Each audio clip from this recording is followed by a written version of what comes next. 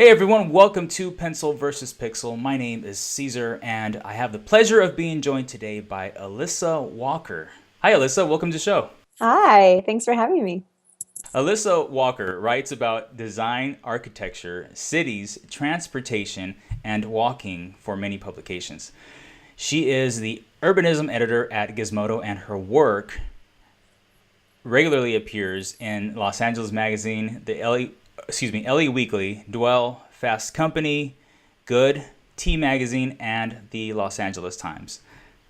Does that ring a bell, Alyssa? Yeah, it sounds vaguely familiar. I totally stole that. You could also find Alissa walking around LA, and we'll talk about that in a bit here in the show. But before we continue, Alyssa, pencil or pixel? That is such a tough question. I guess that you get that a lot from when you ask it. It's funny because I'm a very big believer in drawing and hand painting and craft. So I think the act of making is definitely a pencil thing that I'm attracted to. But as for my own writing, it's been very interesting over the last few years. I much rather prefer to write in pixels, I guess, write for the internet, because I feel like it gets my message out, and I love having a conversation. I love the immediacy and reaching my audience directly. So I'll have to say, make stuff with your pencils, and I'll write about it with my pixels. Awesome. Very cool. Very cool. So, Alyssa, I've given a little background about you, but let's get to know you a bit better. What's your story? My story. So I live in Los Angeles, California. I came here 12 years ago looking for an advertising job. I was actually convinced I was going to be a copywriter. And then for a variety of reasons, one being the dot-com bubble. Maybe it was the first dot-com bubble. I don't know if we're in a second bubble right now. A lot of advertising jobs had like vanished, or they weren't what I thought they would be.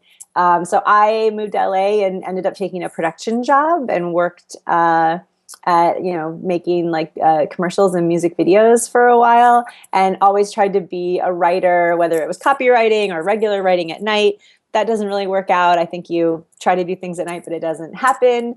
And so I decided to go freelance full time and never really looked back. Didn't really know what I was doing, but decided that I wanted to, I obviously had gone to school for journalism when I majored in advertising, and wanted to keep doing that writing and telling stories about things that I was passionate about, which over the years became everything from design, architecture, urbanism stuff, food, travel, and now I just write about whatever is interesting to me every day, which is kind of the best thing ever.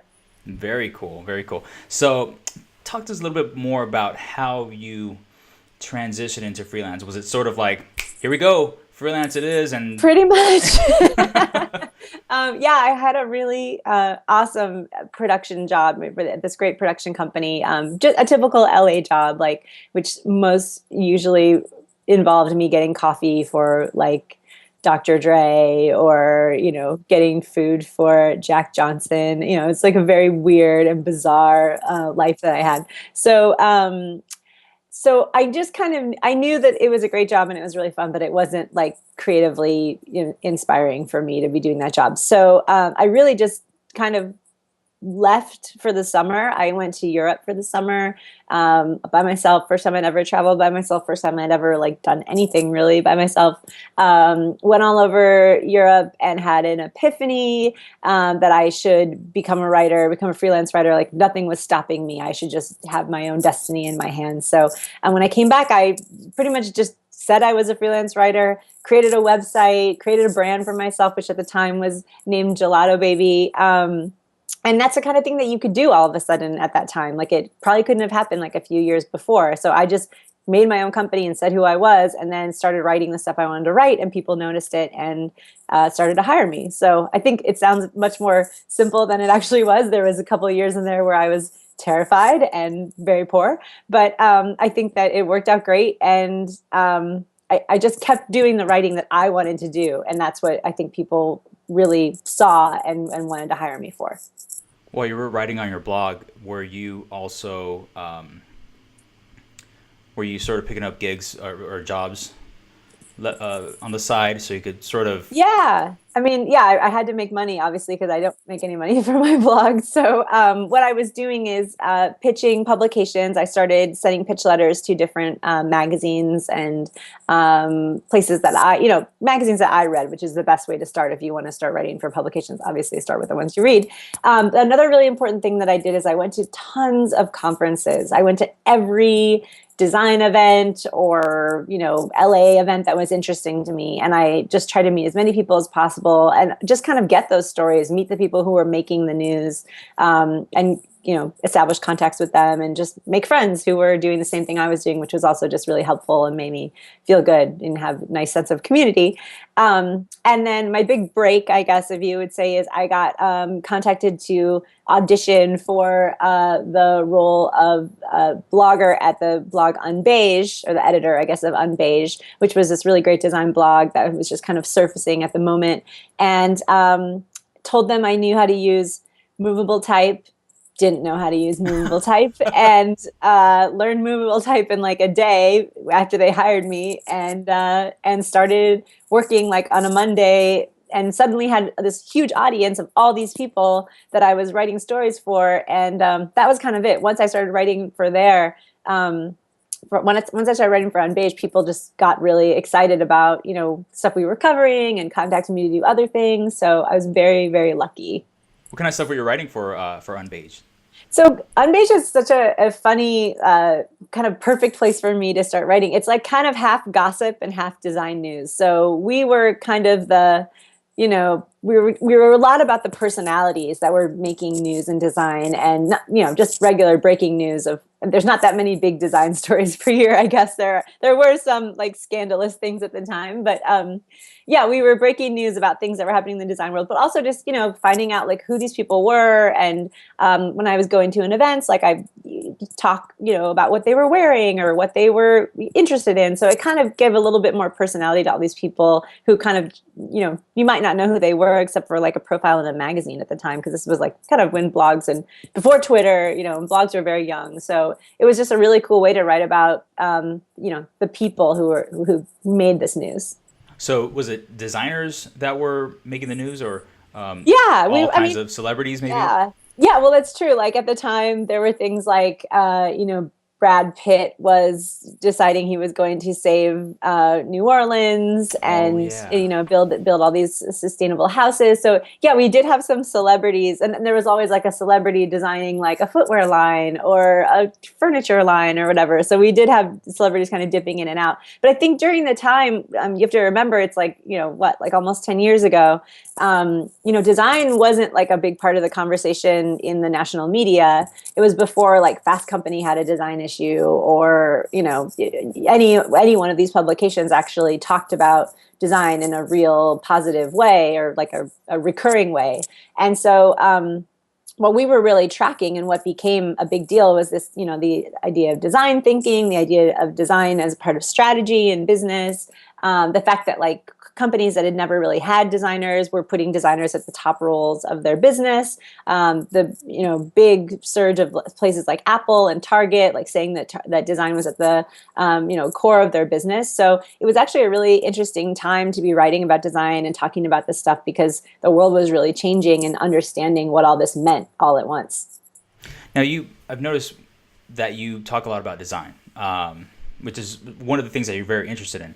Have you always been interested in design? Did you always have were you always attracted to it? Yeah, I think it was just part of my life growing up. I didn't actually know exactly what it was called, I guess, at every time. I do remember wanting to be an architect for a while when I was a kid, until I figured out that it required math, and then I decided I didn't want to do that anymore. But I was always designing houses. I was like on my little graph paper, I was always putting things together and making creative projects in my own house, of like a very DIY philosophy. My mom is a floral designer and a garden designer. My dad did a lot of stuff with computers and building his own computers and technology. We had one of the first Macs in our house. So I do think it was like all around me and very important to me, even though I didn't know exactly what it was, what design was. And now, of course, what I understand and what I tell people is that design is pretty much anything about solving a problem. So it's really about solving problems creatively and beautifully and sustainably and intelligently. And so now I see design everywhere in my life. But at that time I was like, oh, I like that house. That's cool. Let's talk a little bit about the sort of events that you put together, and you're an advocate of walking in LA, which most people don't talk about or even do, unfortunately. It's true. What inspired that? What was it that you thought, I should do this. I should start walking and start bringing people along. Well, I was kind of inspired start exploring the city by walking. Exactly. Yeah. And bringing people along. It's true. I kind of fell into it by accident. I moved to a house in Hollywood that was a couple blocks away from the Hollywood Bowl in this very dense, now very dense, but at the time pretty dense area of Hollywood. So a few times a week in the summer, the Hollywood Bowl is this gorgeous live music venue that's very famous. And I would actually not be able to physically leave my house because there'd be so much traffic of people trying to get into the concert, then out of the concert. So I was like paralyzed at my home, and I was like, oh, okay, well, I guess today I'll go walk to the store instead of driving to the store. Or, there's a train station down there, and maybe I'll just go take the subway and try to get where I need to go. And I can avoid this. And maybe I'll take my bike to go to my friend's house. So I slowly started to see the options just because there was no other option for me. It was no possibility that I could drive. And I actually started to realize how much fun it was. And people thought I was crazy. Like, this was, about 10 years ago. We have always had one of the biggest transit systems in the country, but I think, over the last few years, the improvements to it have gotten really, really good. So people thought I was crazy. People thought I was stupid for walking places. People just didn't really understand why I did it, but I thought it was so much fun. It was way more fun than being in a car. I've never been a fan of driving, have not been a very good driver in my life. So for me, this was actually it was like a whole new world. It was actually like opened up this like different level of the city where I was like, oh wow, like this is something we can do, and it's actually like better than driving. So I gave my sister my car, and she took it when she moved to Denver, and then I decided that I was just going to make this a part of my daily life. And so instead of exercising or going to a gym, I now will walk like 45 minutes to get where I need to go, or walk to a bus stop, or ride my bike.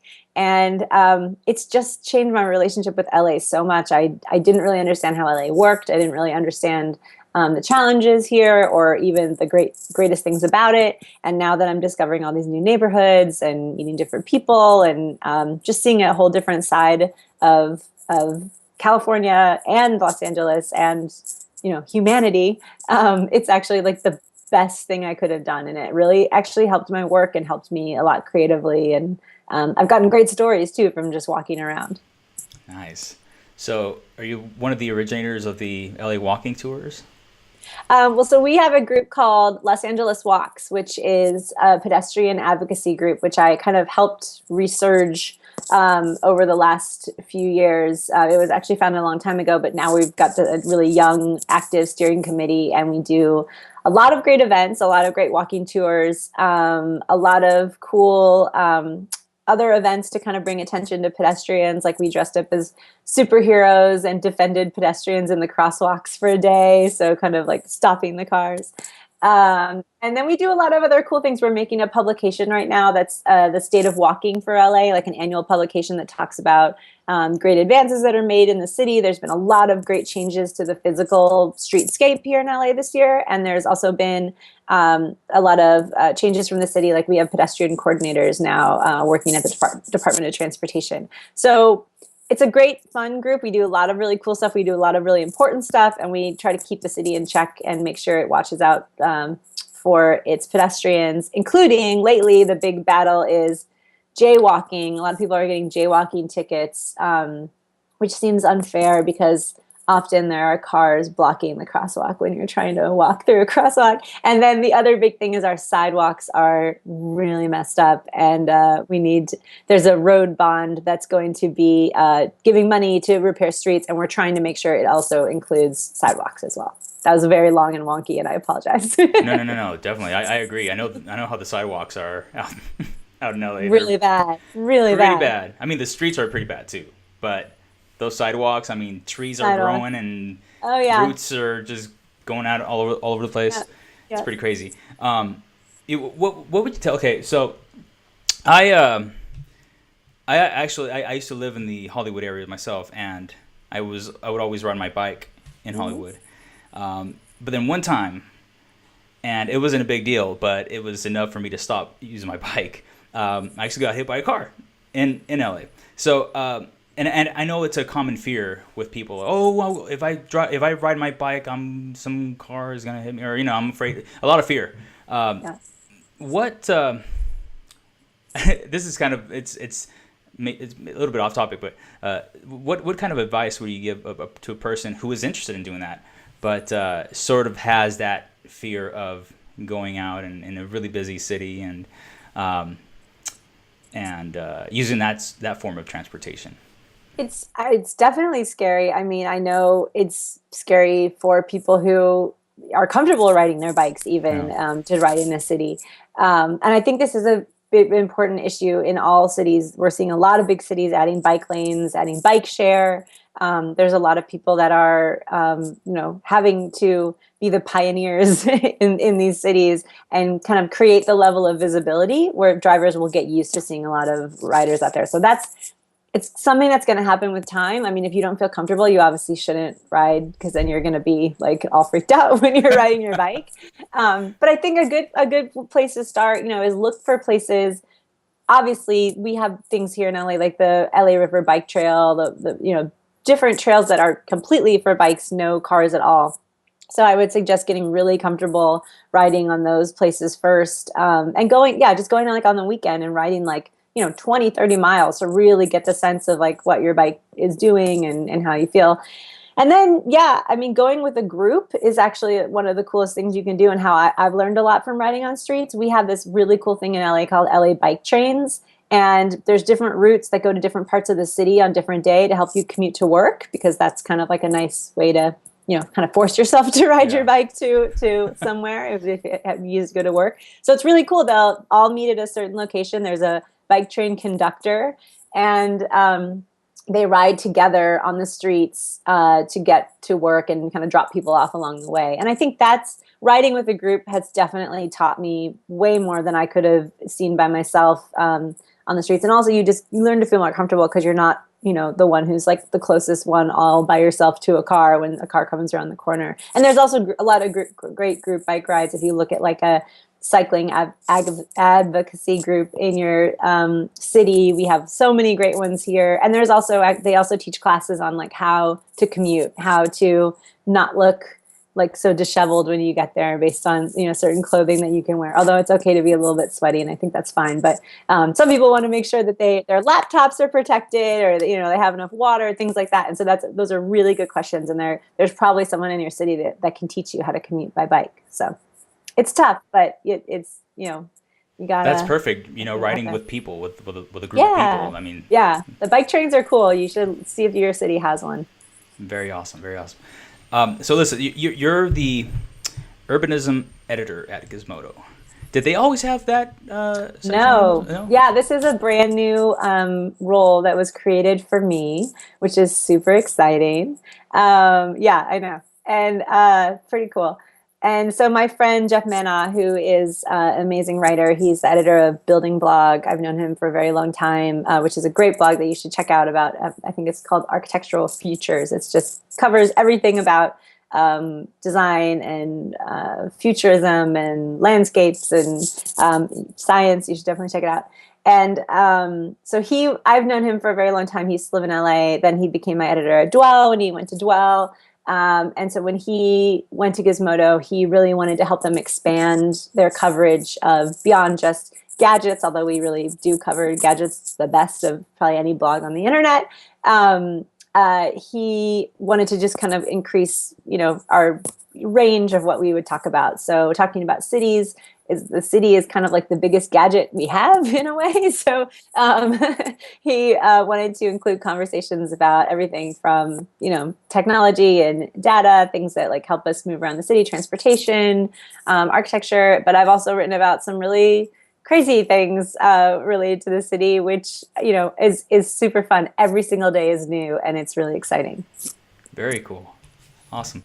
You don't work at the Gizmodo offices, No, I which work from home. Yeah, they're in New York, and I work at my house in LA. how is that? How do you like that?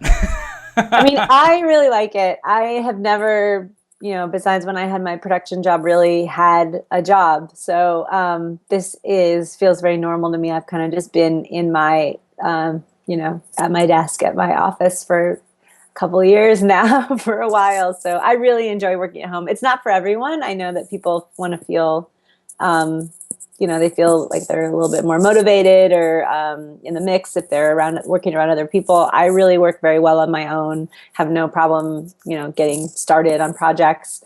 I do like going to work in places. Yesterday we just had an Ace Hotel open up in LA. Yesterday I spent the day working in their lobby here in LA, which was in downtown LA, which was great. And it's also very fun to do that or work with other people at like co-working spaces. But I kind of like to be at home with my stuff, make my own lunch and everything. Nice. Do you feel sort of like do you still feel like you're freelancing in a way when you're I working mean, with them? I like it's the nice feeling of independence. I think that overall, like everything at Gizmodo is not very it's not very corporate feeling anyway. So they really pride themselves on just making everybody feel like if you're doing good work, keep doing good work. We're not going to force you to come to a million meetings or anything like that. But I think that works really well. Like we all feel very motivated and very independent in our own way, and we all feel just like we're all working really hard on something that's kind of one of the best publications going right now. I really do believe there's something really good going on at Gizmodo. But I am allowed to do, a little few things on the side, as long as they're, okayed projects. So I do get to do a few things. And then of course, something like my advocacy work, things like LA Walks. Also have a nonprofit called DLab. That kind of stuff kind of fills the gap and is also kind of like being a journalist because I'm showing people parts of the city and I'm Yeah. introducing them to people and neighborhoods they might not know. So it's kind of like being a journalist in the field. So you're still doing DLab. DLab, yeah, Awesome. it's just been really great. We just got a grant. DLab is Design East of La Brea. It's a nonprofit that I started with three other women. We focus on design, architecture, and art happening east of La Brea in Los Angeles, which is there's like a whole like east side, west side like battle going on in LA, but not really. But like there's Tupac, Biggie. yeah, exactly. Like it's just like that. But we just kind of drew a line in the sand and said that we were more interested in what was going on this side of town. And it's been interesting in the last 5 years. There's been so much more stuff that's been happening on this side of town, and maybe we can take the credit for that. I don't know, or a little bit of credit. But there's really a lot of cool things happening in LA, and we just thought that this side of town didn't get enough attention. So we focus on doing events. Which could be anything from a bike tour to, a peek inside a building that you can't normally go into, a brand new school or something that was just built, and get to meet the people behind them. And we just got a grant from the NEA to do a series called Making LA, where we're kind of really focusing on these improvements to the community. And then we're having a conference at the end of the year in the fall that's kind of bringing together the designers who are making a difference in the city, as well as the people from the city who are kind of enabling this change to happen. So it should be a good conversation about how we want to build a better city. Awesome. Alissa, talk to us about a challenge that you may have experienced in your career. Is there something you could think about right now and sort of give us a little detail as to what it was that happened and how did it all get resolved? How did you fix that? I think I have a propensity to get bored.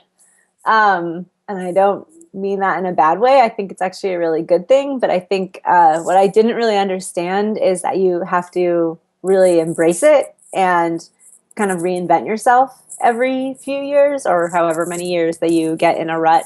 I feel like a few years ago, I started to, you get really comfortable and you see that you're not doing the best possible work because you're comfortable and it's kind of easy and you're kind of doing the same old things for the same old places.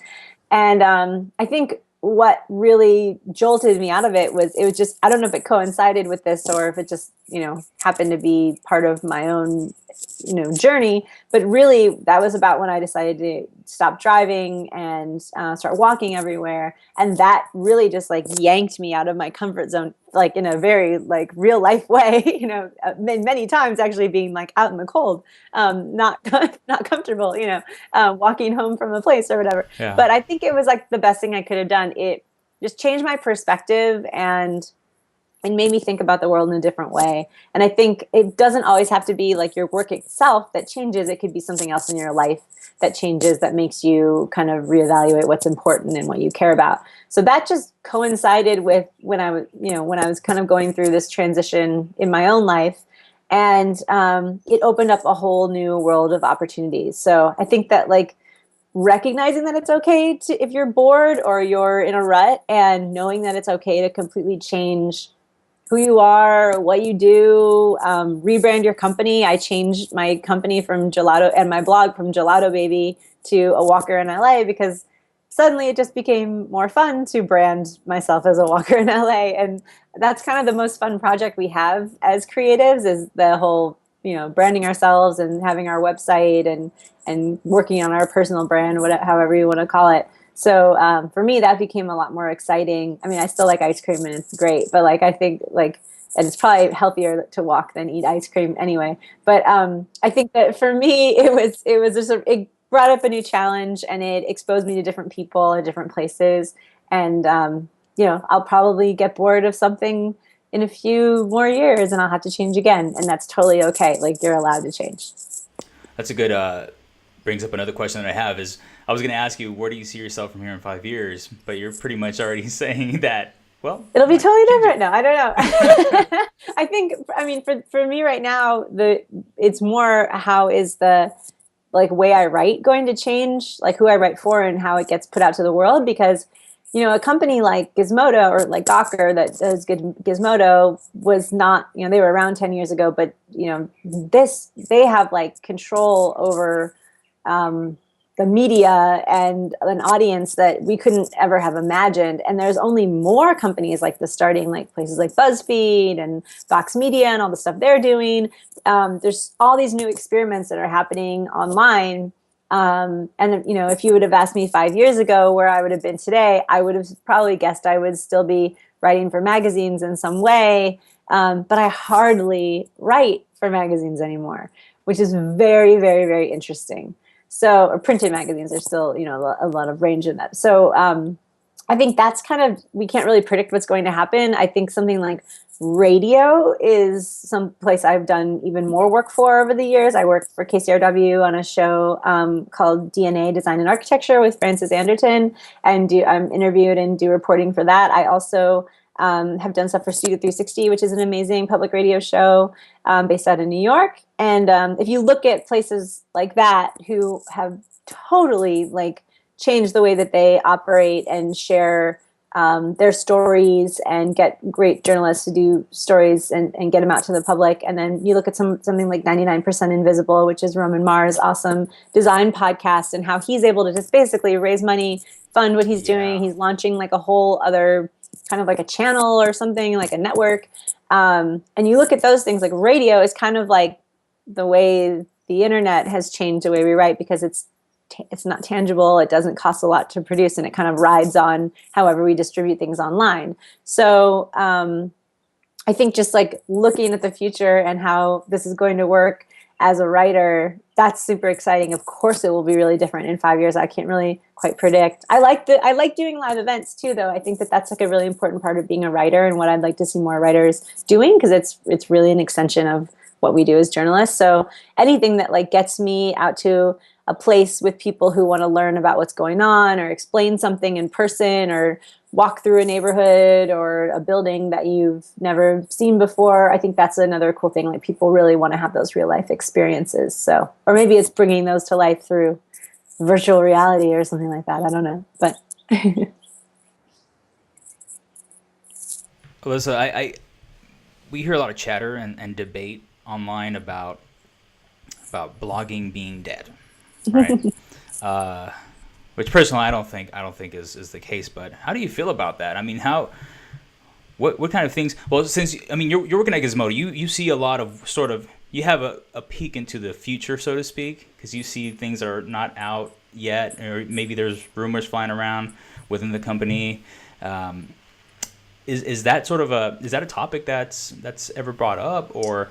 I mean, I think there's two different things. I think it's like personal blogging is probably suffering in some way because of things like Twitter and Facebook and even Tumblr in a way, which is not really blogging, but I guess it is micro blogging or whatever. But I think I think like what I said before, these sites that are producing great online content, they're called blogs, but they're kind of like these media empires. Like those are growing, obviously, and those are breaking news and becoming very important to how we get our information every day. What I'd love to see, and this is a big thing that the blogger Anil Dash always talks about, is just why aren't, instead of going to write something on like Twitter, like a very short tweet or something, or going to write a post on Facebook, why not go to your blog and write like a really good story about it and take some pictures and think about it and really think about what you're going to say for more than like 5 seconds, which I'm guilty of too. Like you can see my blog get neglected at times when I'm busy, and we all need to get paid, and we all need to focus our writing on places where people can pay us by word sometimes. But I think the biggest thing is that we're a little missing this like different level of dialogue maybe that we used to have, where it was a little bit more in depth and people commented on people's blogs and there was this whole conversation happening there. And now we kind of have conversations in Twitter with each other, which is great. But it's not the same as really exploring an issue or really deciding how you feel about something, which is the great thing about writing. I never really know exactly my position until I start writing something. And if I don't go through that process, I don't really have a fully formed concept of what I believe. So I think that that's what writing is really good for. And that's why our personal blog should not be neglected in this time of when it's so easy to just post a picture to Instagram, which is fun too and really important. But But it's a completely different thing, right? I mean, yeah. What's your advice to an aspiring writer or even a creative, whether it be a designer, artist? What was it? What's something that maybe you've wished you knew years back before you started your path? Oh gosh, so many things. um, I think I wish I had known in school that I should have taken as many classes as possible that were interesting to me, not just the ones that I was supposed to take to get out of school quickly. I was on this like real achievement, track where I was just like, I just want to get it done so I can get out of school and go have a job. And that was like stupid because there wasn't really anything to do at that time. There wasn't really a job that I absolutely wanted. So I think just being interested in a lot of things and exploring those interests, and what that manifests into later in life is that, having a lot of hobbies and being very like enthusiastic about them. I think that somebody might have said some quote like take your hobbies seriously or something like that. I think that's like a famous quote or something. I don't know. But like you really need to take your hobbies very seriously and let people know through your branding and through your, Twitter feed or Instagram, like how passionate you are about certain things. And I think that it really helps people remember you, first of all, as a creative. Like if you have like these certain and especially if they're like weird interests, like I am obsessed with Peeps. The Easter candy, which is now on every other, and there's one right here I have them Nice. like hanging from my ceiling here. But I am really into Peeps, and it's just like a weird thing that happens around Easter, but now they have them all year round. And so I started like a Tumblr blog just about Peeps that's only during Easter. So I actually put it up into effect right after Valentine's Day, which will be like next week. So I think that like having like these weird hobbies, passions, whatever, and then being very serious about them, like making, merchandise for those yourself, or creating a walking tour of something that you care about. These things are really, really important, and they will enrich your creative life, in so many different ways. So I think that anything you can do to just not just be working all the time is good, but also just being like broadcasting the things that you care about and letting people know that you're interested in things. So, because you never know when you might get a job out of something too that is so part of your passion. I remember even when I was starting to do the walking stuff and transit stuff, and I kind of considered that as just part of like, it's just how I got places and it's something I was interested in. Then all of a sudden I got assigned a story on, the redesign of LA's subway system and bus system. And I was like, oh, wait a second, like that can be part of something I write about. And now I write stories about walking and pedestrian safety. And that's crazy that I would get paid to write something that I was so interested in. Super, super cool. Alissa, do you have any pieces of software or apps or anything that you just can't do your work without? My beautiful iPhone 5C, Ah, neon coral version. I'm like looking at my desk to see what other things. I mean, my phone is the biggest tool that I have, and it's important that it looks good because it not only lets me stay in touch when I'm around, out and about, but I also use it to get around. There's a really great app for LA's metro system. I use it for like biking directions. I use it to calculate how long it takes me to walk places. So my phone has become this tool for like navigating the city that I never could have imagined before. I love things like Instagram and Twitter and Facebook, obviously, to keep tabs on things and talk about what's going on. I'm a pretty basic. I'm trying to think of like other apps that I use. I'll actually just look while I'm on my phone. To edit photos on my camera, which is really important to me to take good photos. I use Afterlight and Camera Plus, which are excellent apps for making your Instagrams look more enviable to people. Do you also use those photos for pieces you write on? Sometimes if I do take a lot. It's funny. I do take almost every picture with my phone now. When I was in Las Vegas a few weeks ago reporting on the downtown project, the new kind of urban revitalization thing that's kind of funded by Tony Hsieh at Zappos. Yeah. And I had my camera, my real camera, which is a great camera, my Leica 4 Deluxe, which is a really good camera. There's a new version now, but I have the older one. But I had my camera around my neck all the time, and I was still taking photos with my phone. So it was like I would like have that right there, but it was like so much easier and better. And so I think like the camera is really good, and like that's going to change really quickly. I do almost everything I do use just my phone camera, which is really weird. But I also edit on my computer. I have things I use to edit them when I downloaded my computer. Another really great app, it might not be as helpful for people who aren't writers, but I guess you always have to record things, but there's an app just called Recorder app. And it's really great because you can record interviews with people. You can even record pretty decent sound. I have a sound kit that I use when I record for KCRW, but it's not too bad. And it can upload all your files online. You can grab them from like a website where you can download them. So it's a really nice tool just to have those interviews close at hand. So do you record your parts from home for KCRW? Mostly when I'm doing stuff for KCRW, I'm talking to the person in person. So I record with like a microphone. Yeah. Very old-fashioned, clunky microphone thing. Any books you recommend? Is there a book that's just the book for you? Like, does it have to be about design or something? It doesn't have to be about design, just even something that's inspiring, something creative, or maybe even business. Those are always good. Or about writing. Writing and...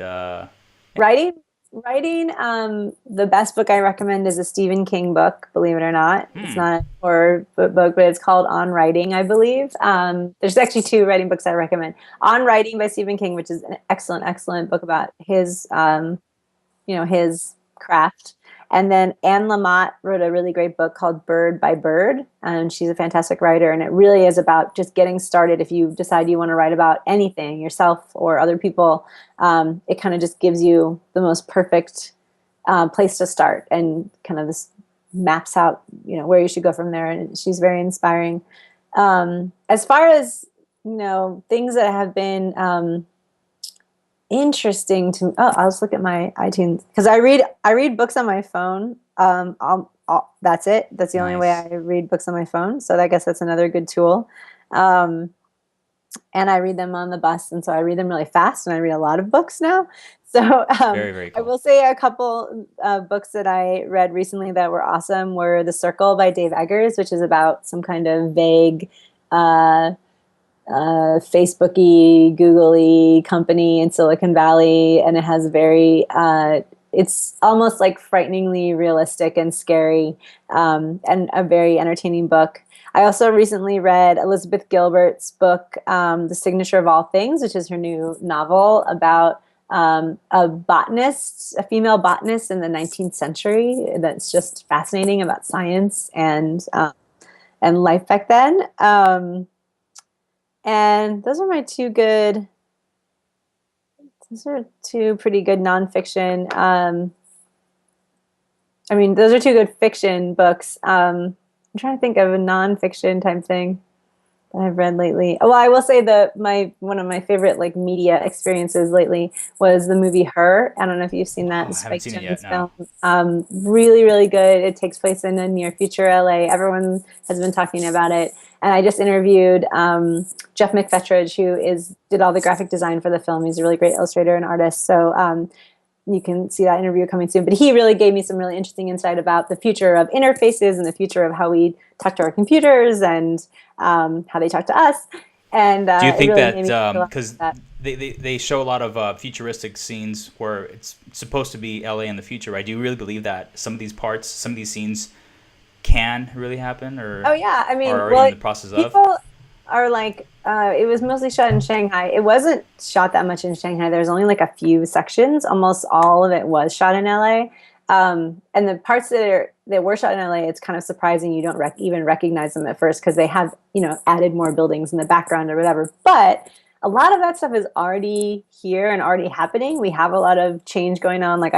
From what I can see out in my window right now, I can see two big skyscrapers going up right over there. I see another one over there. I see another one over there. So we are seeing this kind of growth happening in our city where we're realizing that density is important. The transportation system, of course, has to get better before we can have that feeling that we're in this urban area that's kind of cohesive and easy to get around. But it is happening. It's happening a lot faster. We're going to have the expo line is going to be finished and you'll be able to ride from downtown to Santa Monica again on a train. You used to be able to in the early 1900s.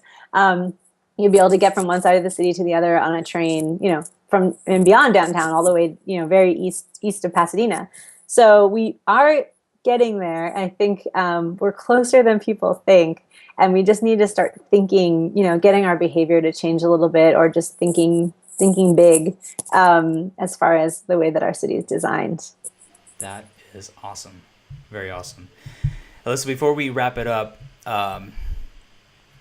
any big exciting things happening that you're planning or a part of? Well, I think the DLab conference that we're doing this fall is going to be really exciting. It's going to be a really good opportunity for creatives in LA and outside of LA too. Anyone could come from outside of LA to see how we're trying to make the city a better place, which I'm always very passionate about and very excited about. I think we're going to be doing some really cool things at Gizmodo that I can't quite talk about yet, but we're going to be doing some pretty awesome things, and you're going to see a lot of really great, um, just a really great change in the way that we report on things and bring stories to life, which I think is going to be really, really good. I truly believe we have a really awesome team at Gizmodo. It's really smart people who are very diverse in their thinking and their backgrounds, and we're covering stuff that we've never covered before. So we're kind of like in this new frontier of tech reporting and design reporting. So that's super exciting. Do you still think we're in the wild west of the internet right now? I guess we're like, it's not just the Wild West, it's more like, maybe it's more like the gold rush now. Like we're all kind of trying to figure out how to make money. The towns have been established and we're, trying to pan for gold and figure out like where to strike it rich. And we're getting a little bit more established now. So it's the most exciting time to be a writer, and the whole time I've been a writer. And we're getting just a lot more interest in what we're doing as far as covering stories and reporting on things and breaking news. So I think it's nice that people are paying attention. I forgot to ask you this earlier, but what's your take on what would you think that everyone should start writing, or if you have ideas, just start writing about Yes, them? I mean, I do think that it's really important, like what I said before about you don't know what you think about something until you write about it or give a talk about it. I think that that's another really fun thing that I've been able to start doing over the last few years is get invited to go speak about things. I'm going to Mexico City in a few weeks to talk about walking, which is like mind blowing. It's like dream trip.